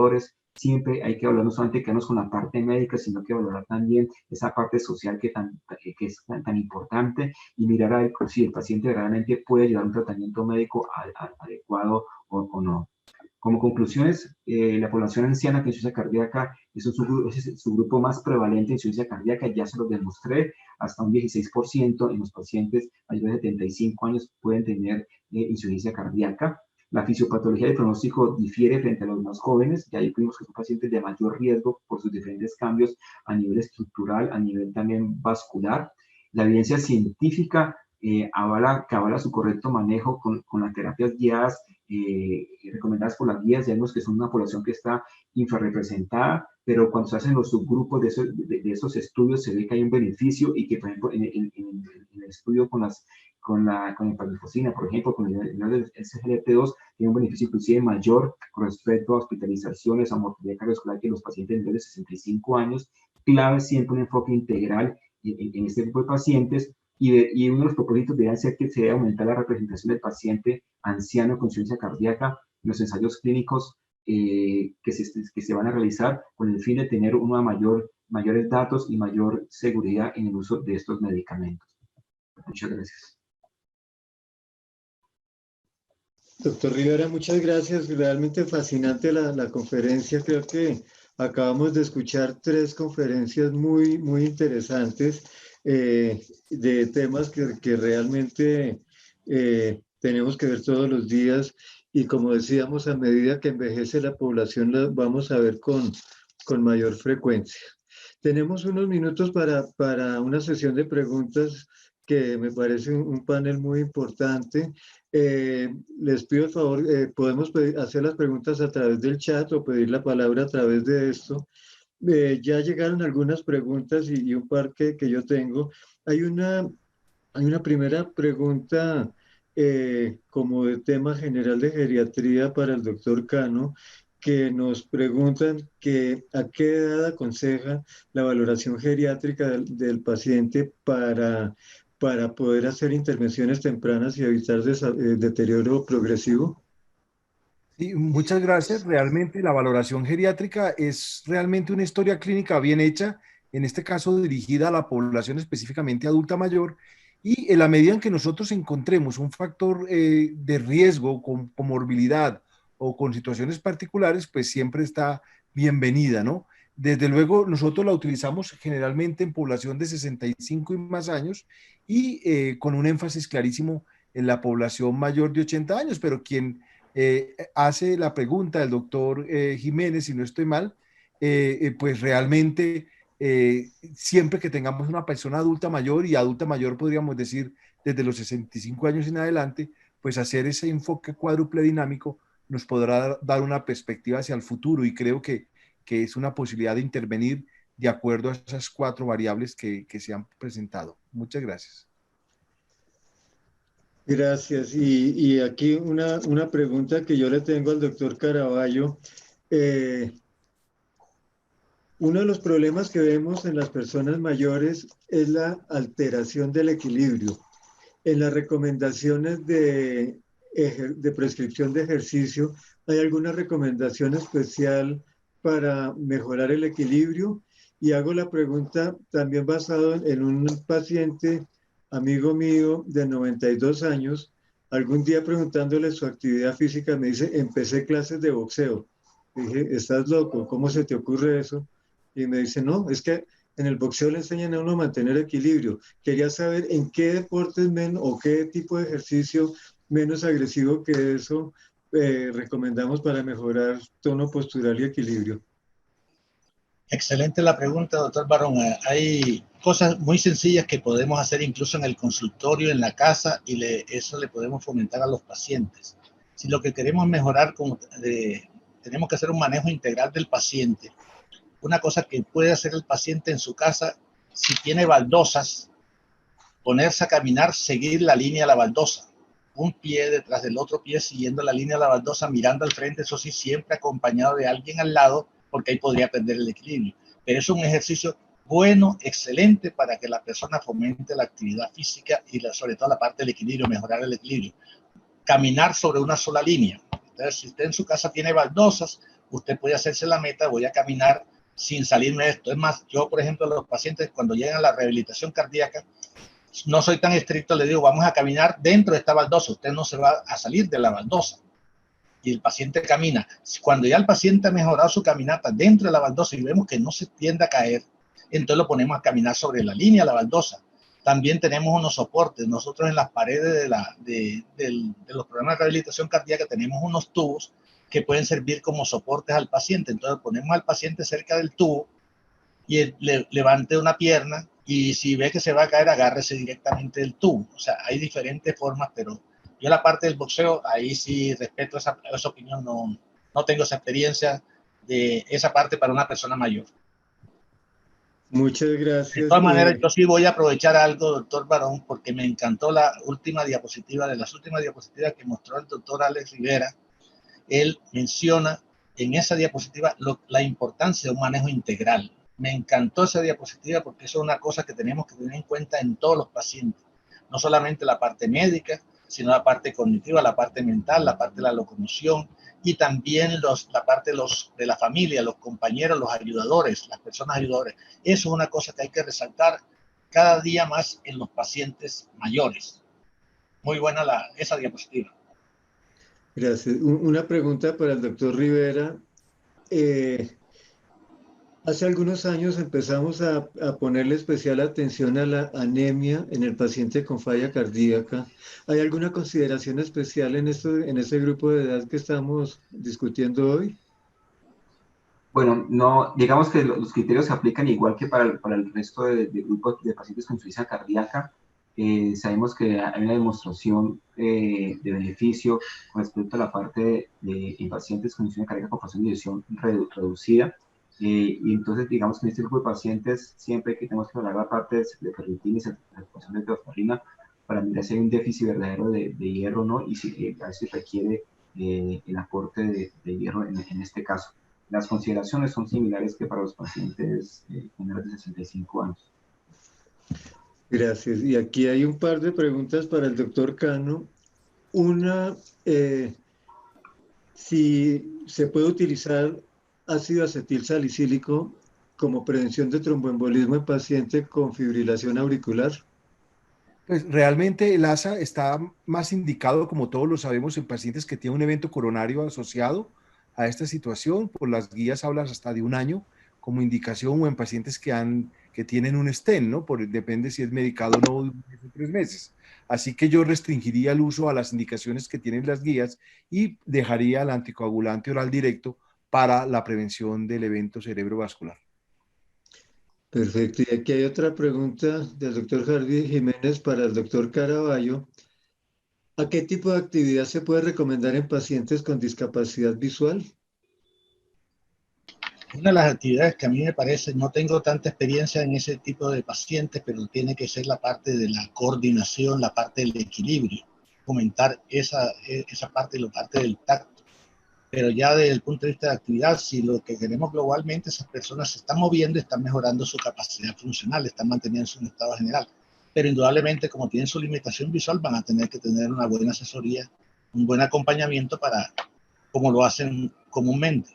Pero las actividades, me parece que las personas que tienen una discapacidad visual pueden hacer actividades de coordinación, pueden hacer también actividades de equilibrio, porque pueden tener la limitación, pero se pueden desplazar. De flexibilidad, toda esa serie de actividades las podría hacer siempre y cuando tengamos todos los cuidados de ellos para evitar caídas por todo lo que se ha comentado aquí anteriormente. Un buen ejemplo de eso de la combinación equilibrio con ejercicio en estos pacientes está en este famoso cantante Andrea Bocelli. Él es invidente y es un excelente quitador, además de que canta muy lindo, es un excelente quitador porque mantiene buen equilibrio. Realmente eso es importante. Y aquí otra preguntita para el doctor Cano. Entre los DOACs y desde la eficacia y seguridad, ¿cuál considera que es el más indicado y cuál tendría menor indicación en esta población? Sí, yo pienso que cada uno de ellos ha hecho su incursión en el área del paciente geriátrico. Cada uno tiene sus indicaciones. Desde luego uno quisiera siempre hacer una evaluación de comorbilidades y el riesgo que puedan tener los pacientes. Es indudable que nosotros quisiéramos encontrar las mejores evidencias. Las mejores evidencias es un constructo, porque hasta ahora se empiezan a encontrar resultados de estudios ya dirigidos a población anciana, ¿no? Tener una monodosis, desde luego, es una situación ideal. Si uno quisiera siempre pensar en esa situación, y también la función renal es otro factor que tiene que ver muchísimo con la selección de cuál de los DOAC uno quisiera utilizar. En esa línea, pues evidentemente encontramos nosotros que hay, digamos, un constructo de evidencia, especialmente con el estudio SAFIR, con Rivaroxaban, que es como, digamos, el que más ha incursionado, pero pues por supuesto los otros también han mostrado estudios de evidencia en población adulta mayor. Así que yo pienso que ese acto de individualizar la intervención, disminuyendo los riesgos y la polifarmacia especialmente, creo que sería el objetivo a plantear, ¿no?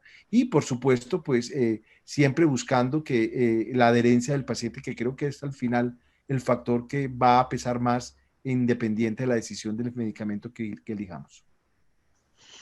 Sí, muy interesante. Y aquí otra pregunta bastante compleja de la doctora Zoila Moró. Pregunta para anticoagular pacientes ancianos, ¿se debe tener en cuenta solo el peso y la función renal o hay otro parámetro que se debe tener en cuenta?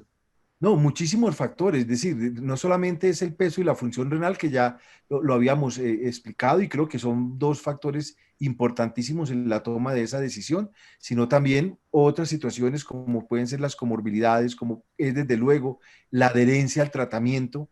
Y creo que en ese sentido, si nosotros buscamos cualquier medicamento que tenga una buena adherencia, pues los resultados son súper favorables. De hecho, hay muchos estudios que muestran que la adherencia va disminuyendo en la medida que va pasando el tiempo, a cifras tan preocupantes de abandono por más del 50% de los pacientes en un periodo de 6 meses, por lo cual, si nosotros logramos ese ajuste en el tratamiento integrando a la familia, integrando a los cuidadores y a quienes también tienen una corresponsabilidad en esta situación que se parece mucho al COVID, porque el COVID también tiene una corresponsabilidad no solamente del anciano, sino de la familia, pues vamos a tener mayores impactos. Sí, muchas gracias. Aquí otra pregunta que puede ser para nuestro experto en prevención, el doctor Caraballo. ¿Hasta qué edad tendría beneficio el uso de estatinas? Pues esa parte no la sé. Yo sé que las estatinas tienen un efecto pleiotrópico, tienen su parte antiinflamatoria, pero no sé, no manejo esa parte, doctor. No sé si Claro, el doctor Rivera, el doctor Cano. sí, echarle una manito también en eso, porque es la pregunta como de que es frecuente, doctor Caraballo. Pues la verdad es que la respuesta no es fácil, como usted lo dice. Tenemos evidencias muy claras del beneficio de estatinas en población anciana mayor de 65 años. Y yo creo que es el target donde más se ha ubicado. Los beneficios ya en población de mayores de 80 años, pues hay una dudosa evidencia, aunque eso no quiere decir que no esté indicado, sino que no hay una evidencia. De hecho, no hay estudios contundentes en esa población, más en población de 65 y más años, pero ya en población muy vieja, pues desde luego las dudas están en los desenlaces, pues porque son desenlaces a largo plazo que los estudios pues no están diseñados para ese objetivo.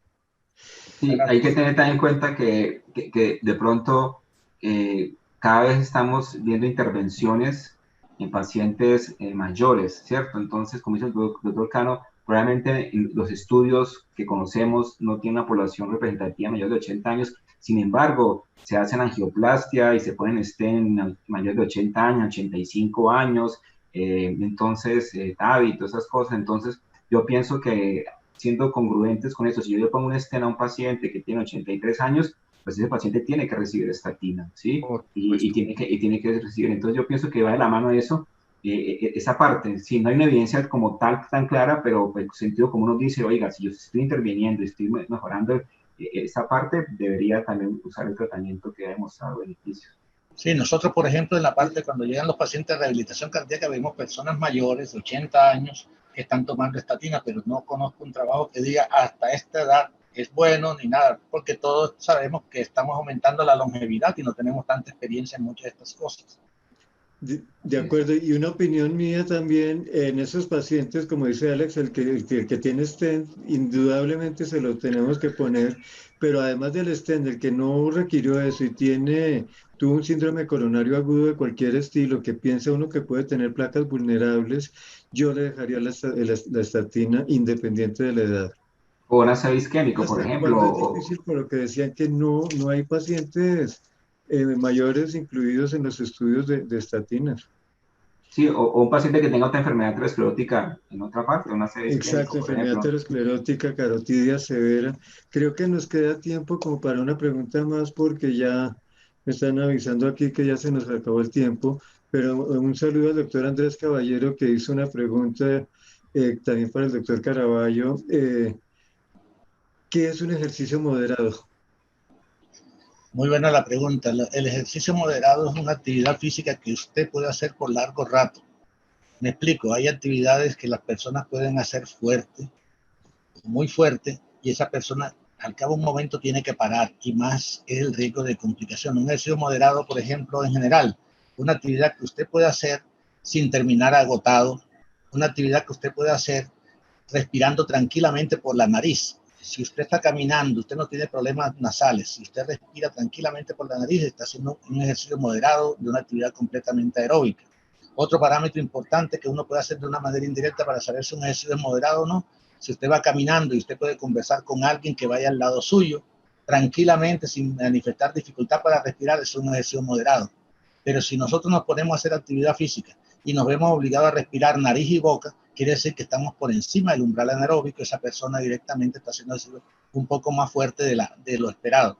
Entonces, eso es. Si nosotros estuviéramos haciendo también, si el paciente se le ha hecho una prueba de esfuerzo, con base en la prueba de esfuerzo ya podemos hacer de una forma mucho más precisa lo que es un ejercicio moderado, que sería trabajar al 70, máximo al 80%, 85% la frecuencia cardíaca máxima esperada durante la prueba, o de los signos por los cuales suspendimos, en caso de que se haya hecho una prueba de esfuerzo previa.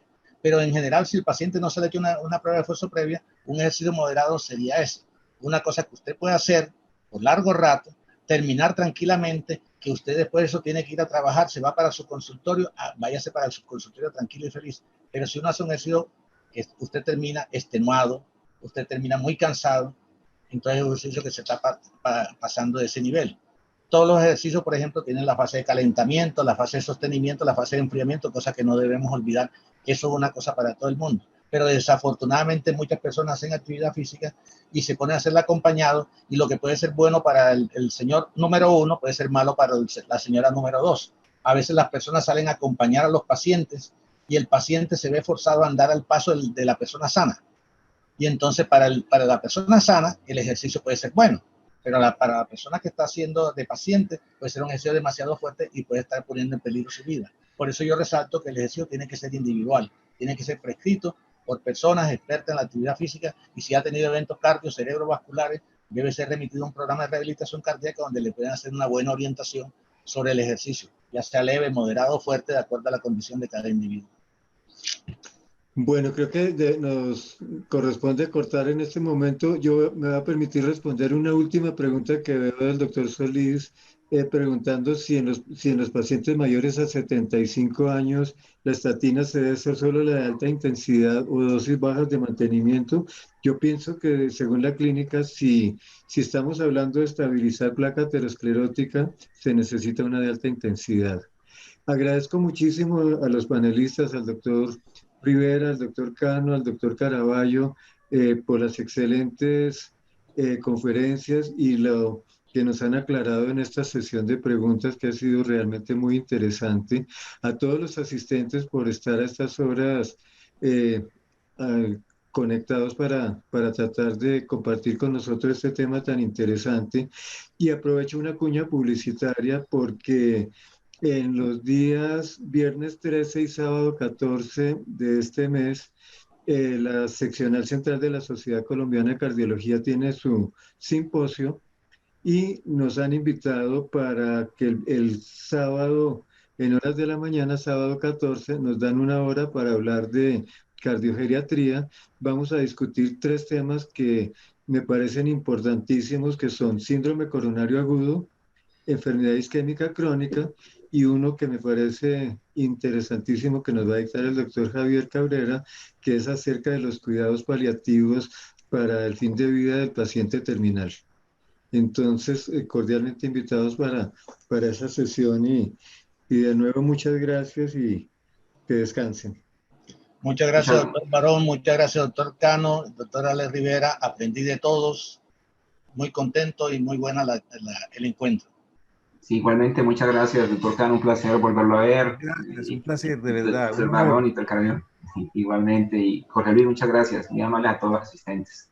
Una feliz noche. Muchas gracias, feliz noche. Y muchas gracias, Jorge, por nuestra coordinación logística. Es con mucho gusto, doctor.